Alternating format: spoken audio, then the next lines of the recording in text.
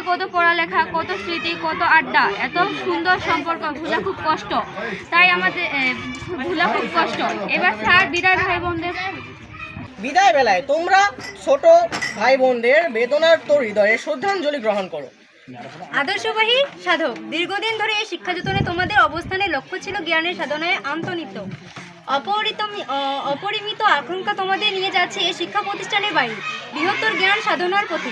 পেছনে অনেক কথা বলার থাকে। বিদায় এটা দুঃখের বিষয় না, দুঃখের বিদায় না, এটা আনন্দের বিদায়। কারণ তোমরা 5 বছর পড়ছো, 5 বছর পর আবার বিদায় নিচ্ছ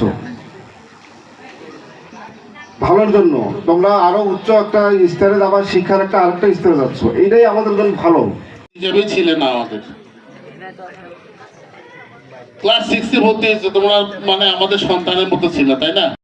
কারণ আচরণিক বৈশিষ্ট্য তোমাদের অবশ্যই ভালো রাখতে হবে, কারণ তারা বাইরের 3 জনকে দেখলাম। আমি তখন ভেবেছিলাম যে আমার স্মৃতি হয়তো আমি হারিয়ে ফেলেছি। আমার যে বয়স হয়ে গেছে সেটাই হয়তো তার প্রমাণ, কারণ আমি ওদেরকে। ছাত্রছাত্রী, আজকের এই অনুষ্ঠানের মধ্যমণি যারা, আমার এসএসসি 2026-এর শিক্ষার্থীরা, সবাইকে সালাম, আসসালামু আলাইকুম, আদাব ও অন্যান্য জাতি ধর্মের প্রতি শুভেচ্ছা। তার বিরহের আত্মার মাগফিরাত কামনা করছি।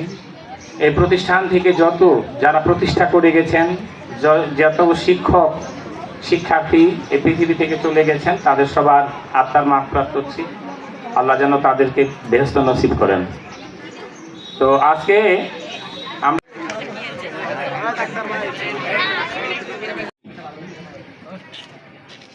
আল্লাহুম্মা গফিরলি হাইয়ানা ওয়া মাইয়াতিনা ওয়া শাহিদ। সহকারী প্রধান শিক্ষক